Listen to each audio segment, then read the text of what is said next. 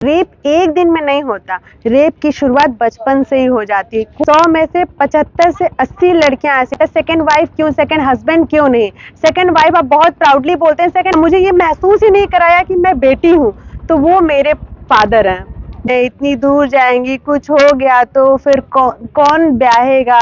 सभी को मेरा नमस्कार, हर हर महादेव। मेरा नाम सारिका दुबे है और मैं काशी के पड़ोसी जिले चंदौली की रहने वाली हूँ। मैं एक सोशल वर्कर हूँ और मेरी खुद की एक संस्था है खुशी की उड़ान, जो महिलाओं, दिव्यांगों और स्वास्थ्य के लिए कार्य करती है।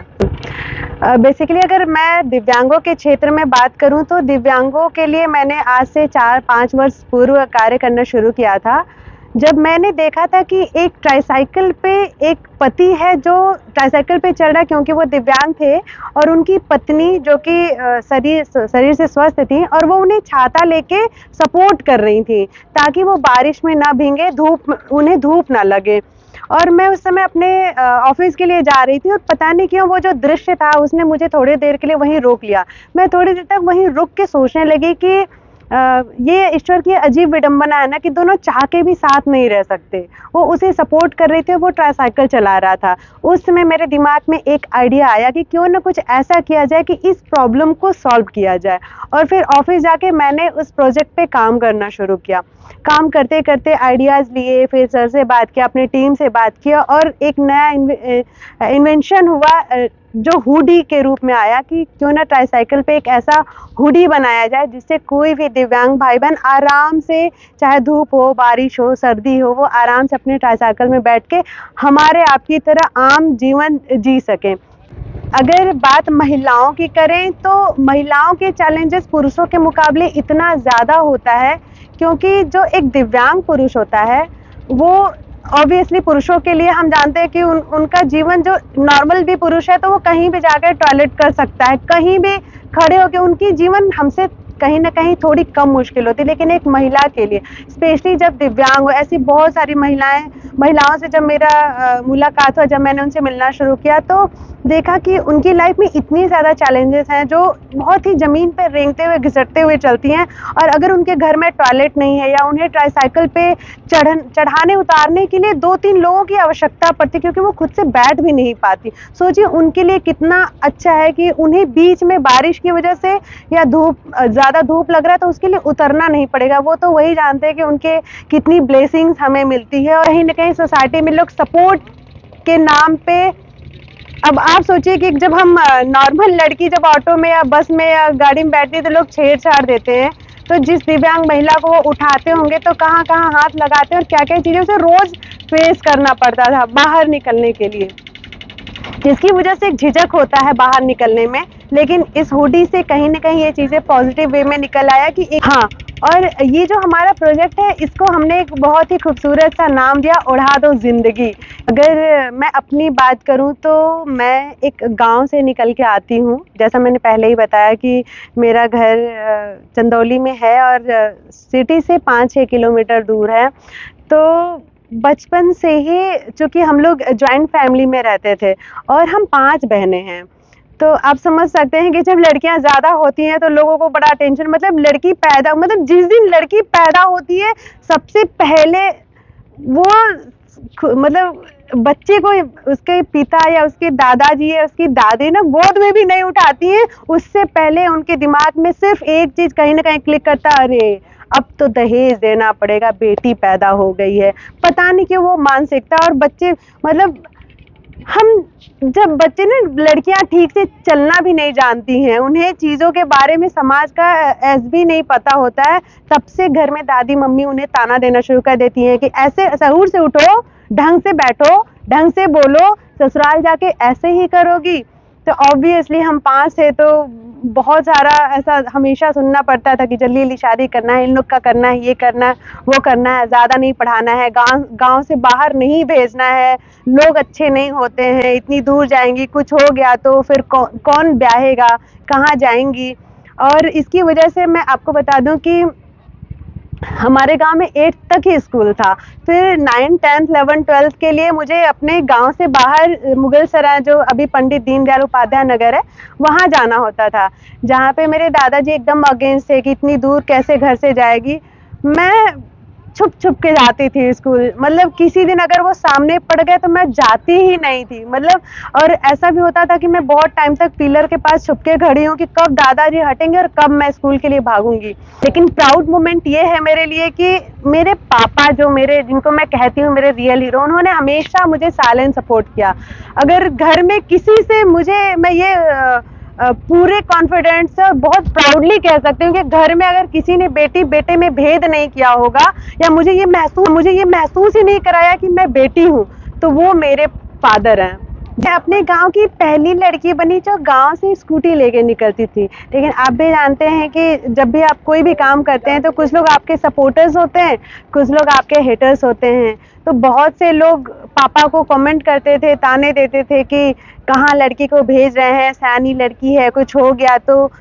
और वहीं पे कुछ लोगों ने सोचा कि जब उनकी लड़की पढ़ सकती है तो मेरी लड़की क्यों नहीं। और आज का वो दिन है कि मेरे गांव से बहुत सारी लड़कियां निकलती हैं, शहर में पढ़ने जाती हैं, और बहुत सारी लड़कियां बहुत बेहतर कर रही हैं। तो कहीं ना कहीं एक पहल की ज़रूरत थी। और कहते हैं ना, जो शुरुआत करता है उसको बहुत सारा कुछ झेलना पड़ता है। जिसने भी किसी चीज़ का आविष्कार किया होगा तो शुरू में उसे बहुत सारे ताने, बहुत सारा समाज का अवहेलना, सब झेलना पड़ता है। तो शायद वो शुरुआत अगर मेरे माध्यम से हुआ तो उसके लिए मैं बहुत ज़्यादा मुझे खुशी होती कि चलो कुछ तो अच्छा किया मैंने अपनी लाइफ में। और आज वही लोग हैं जो मेरे पापा को बैठ के दिन भर भरते थे, या मेरे बारे में इतनी उल्टी सीधी बातें करते थे कि मुझे रोक दिया जाए, या मेरे दादाजी जो हमेशा एक, कहीं ना कहीं उनकी भी गलती नहीं है, ये समाज का डर है जो माता पिता को चिंतित करता है, जो समाज में इतने सारे जो क्राइम्स हो रहे हैं। तो आज अच्छा लगता है जब लोग आके मेरे पिताजी से कहते हैं कि देखिए भैया तेरे बिटियावा का फोटो पेपर में आलल, आज देख लिया। तो ये कहीं ना कहीं बहुत प्राउड मोमेंट होता है कि मैंने उसे प्रूफ किया। और ये मेरे पिताजी के लिए ये बहुत प्राउड है कि जितने स्ट्रगल किए हैं, या जितने लोगों ने बोले हैं, ताने दिए हैं, उनका मुंह हम इस तरीके से बंद कर पा रहे हैं। अगर हम बात करें महिला पुरुष के बीच में जो डिफरेंसेस होता है, तो जाहिर सी बात है कि अगर हम अपना इतिहास उठा लें, अगर हम बात इतिहास की करें, तो चाहे हम प्राचीन काल की बात करें, चाहे मध्यकालीन की बात करें, ब्रिटिश समाज की बात करें, मुगल समाज की बात करें, हर जगह महिलाओं को कहीं ना कहीं दबाया ही गया है, हर जगह उनका शोषण ही हुआ है। ठीक है, वैदिक काल में महिलाओं के लिए बहुत से अवसर थे, महिलाओं को बराबरी का दर्जा दिया जाता है। इसीलिए कहा जाता है कि हमने हमेशा सुना है कि यत्र नार्यस्तु पूज्यन्ते रमन्ते तत्र देवता, की हम सभी जानते हैं। लेकिन आज कहाँ इस चीज़ को हम सार्थक कर पा रहे हैं। आज भी चाहे आप किसी भी डेजिग्नेशन पे हो, मैं ये लिख के दे रही हूँ कि कोई भी ऐसी महिला नहीं है, अगर आप जिसे सक्सेस देख रहे हैं तो उसके पीछे का उसका संघर्ष या स्ट्रगल बहुत सामान्य रहा होगा। अपवाद हर जगह होता है, एक दो लोगों को अगर हटा दिया जाए तो यहाँ तक पहुँचने के लिए उन्होंने अपने लाइफ में बहुत सारे फेज, जो प्रॉब्लम को फेस किया है, बहुत सारे स्ट्रगल किया। और आज भी कहीं ना कहीं, जैसे अब यहाँ मुझे आना है, कोई काम है ऐसा, केसेस कभी कभी रात में आ जाते हैं, तो मैं नॉर्मल नहीं निकल सकती हूँ। मैं उस टाइम पे मैं नहीं जा सकती हूँ, जो हमारे लिए सही नहीं है, एक महिला के लिए सही नहीं है। जितने भी अभी तक महिलाओं के केसेस मैं बता दूं, चाहे वो घरेलू हिंसा के हो गए, दहेज प्रथा के हो गए, रेप के केसेस हो गए, जितने भी केसेस हैं, हमने कहीं ना कहीं अपने हेटर्स ही पैदा किए हैं। तो सोशल वर्कर होना, बीइंग अ फीमेल, इतना आसान नहीं है। यदि महिलाओं के समस्या के बारे में बात करें तो एक बहुत ही कॉमन प्रॉब्लम है जिसको हम सभी बड़े मज़े लेके सुनते हैं। मुझे समझ में नहीं आता है कि इसमें क्या ऐसा मज़ा है। आप देखेंगे आजकल बहुत ट्रेंड में है, नए नए रेस्टोरेंट खुल रहे हैं कि सेकंड वाइफ। क्यों भाई सेकंड वाइफ क्यों? मैंने एक बार एक मुद्दा उठाया था, सेकंड वाइफ क्यों, सेकंड हस्बैंड क्यों नहीं? सेकंड वाइफ आप बहुत प्राउडली बोलते हैं, सेकंड हस्बैंड नाम का कोई क्यों नहीं ऐसा रेस्टोरेंट खोल सकते हैं? क्या हमें आज़ादी नहीं है? हम भी दूसरे महसूस कर सके कि ये सेकंड हस्बैंड है हमारा। इसको गलत तरीके से क्यों देखा जाता है? जब किसी लड़के की दूसरी शादी होती है तो कहते हैं इसकी दूसरी शादी हुई है। जब कोई लड़की दूसरी शादी करके आती है तो उसको इतने बुरे तरीके से इंट्रोड्यूस करते हैं, पहिलका के छोड़ के आइला या पहला छोड़ कर आई है। मतलब इतना निगेटिव बना देते हैं, ऐसा क्यों? क्या हमें सम्मान से जीने का हक नहीं है? अब जब पति एक पुरुष 2-3 शादियां करती है तो बहुत प्राउडली बताते हैं, ऐसा क्यों? लेकिन एक पत्नी, एक लड़की जब 2-3 शादियां करती है, अगर एक नहीं चला तो क्या वो दूसरी शादी नहीं कर सकती? दूसरा नहीं चला तो तीसरी नहीं कर सकती? पुरुष कर सकता है तो महिलाएं क्यों नहीं कर सकती हैं? हम गाने बनाते हैं बीवी नंबर 1, हम पति नंबर 1 क्यों नहीं बनाते हैं? हम गाने बनाते हैं जिसकी बीबी ऐसी उसका भी बड़ा नाम है, मोटी पतली दुनिया भर के, हम सारे वैरायटीज बीबी में क्यों ढूंढते हैं? हम ये वैरायटीज पतियों में क्यों नहीं ढूंढते? हमारी मीडिया, हमारे जो जितने भी मेम्स बनते हैं, जितने भी चुटकुले बनते हैं, जितने भी गाने बनते हैं, वो सारी पत्नियों पे क्यों बनते हैं? कभी आपने सोचा है क्यों? इसके बारे में ना मैं कभी कभी बैठ के बहुत आत्म मंथन करती हूँ कि ऐसा क्या रीजन होता है कि सारे मीम्स, क्या लड़कियां, हम इतनी लड़कियां इतनी बुरी होती हैं? जिस तरीके से हमें सोसाइटी में बताया जाता है, हमारे मजे लिए जाते हैं, क्या हम इतनी बुरी होती हैं?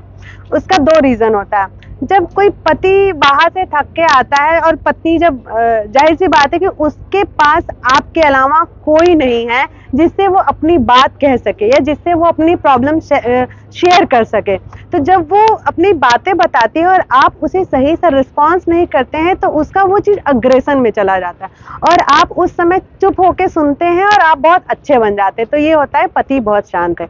लेकिन ये बात आप बाहर जाके अपने दोस्तों में, अपने पड़ोस में, अपने ऑफिस में बहुत मजे ले लेके बनाते हैं, बताते हैं, अरे यार घर में बहुत किटकिट करती। ये बात कौन बताता है बाहर? अगर ये बात पत्नी करने लगे ना तो फिर चुटकुले कुछ अलग तरीके के होंगे। हम बात घर की घर तक रखते हैं। जो झगड़े होते हैं, जो हम लड़कियां ना अपने पति से जो इश्यूज होते हैं वो अपने घर में, अपने मायके में माँ बाप से भी शेयर नहीं करते हैं, यूजुअली शेयर नहीं करते हैं। अपनी दोस्तों से भी बताने में हिचकते हैं कि पति तो मेरा ही है, जब हंसाई तो हमारा ही होगा, मजाक तो हमारा ही बनेगा। लेकिन पति वो चीज बड़े शान से सुन लेता है वहां पे और बहुत ही अच्छा प्रिटेंड करता है खुद को और बाहर वो मजाक बनाता है जिसकी वजह से पत्नियों का मजाक बनता है। मैं सिर्फ एक बात कहना चाहती हूँ कि जो महिलाएं होती हैं ना, ईश्वर की सबसे खूबसूरत संरचना है। कोई भी महिला, कोई भी स्त्री सबसे खूबसूरत संरचना, और उसे कुछ भी नहीं चाहिए, कुछ भी। आप उसे सिर्फ प्रेम से बात कर लीजिए ना, वो सारा गुस्सा, सारा कुछ उसका ठंडा हो जाता है। सिर्फ प्रेम से 2 शब्द। एक दिन आप उसे 24 घंटे का रेस्ट नहीं करने देते हैं। एक दिन अगर वो बीमार हो जाती है ना तो पति बिना खाए ऑफिस चला जाता है, अब बच्चे बिना टिफिन के स्कूल चले जाते हैं। ये मुद्दा है, इस पे बात करने की जरूरत है। कभी इस पे मंथन करिए कि ऐसा क्यों होता है? हम पत्नियों को इतना ये हास्य का वो विषय क्यों बनाते हैं? ये हास्य का विषय नहीं है, उन्हें सिर्फ और सिर्फ सम्मान चाहिए होता है। और दूसरा विषय एक है कि हमारे घर में जो बच्चों के साथ मैंने एक बार मैं सर्वे कर रही थी और मैं कम से कम 100-150 बच्चियों से मिली। मैं लिटरली बता रही हूँ, 150 में शायद ही 25% ऐसी बच्चियां रही होंगी जिनके कोई स्टोरी नहीं निकल के आई या उन्होंने नहीं बताया। 100 में से 75 से 80 लड़कियां ऐसी थी जिनके साथ चाइल्ड अब्यूज हुआ है। हर बच्ची के साथ बचपन से ही चाइल्ड अब्यूज शुरू हो जाता है। उसके अपने ही घर में, अपने ही जो भी भाई, जो कजन होते हैं, उनके ताऊ, मामा, फूफा, चाचा जो भी होते हैं। इवन मैं आज फर्स्ट टाइम यहाँ पे बोल रही हूँ कि मुझे भी अपना बचपन में याद करती हूँ तो मुझे भी वो चीजें याद आती हैं कि बचपन में मेरे साथ भी हुआ है, जिसे मुझे उस समय पता ही नहीं था कि मेरे साथ क्या हो रहा है। अब मुझे समझ में आता है कि वो मेरे साथ क्या हुआ था, वो गलत है।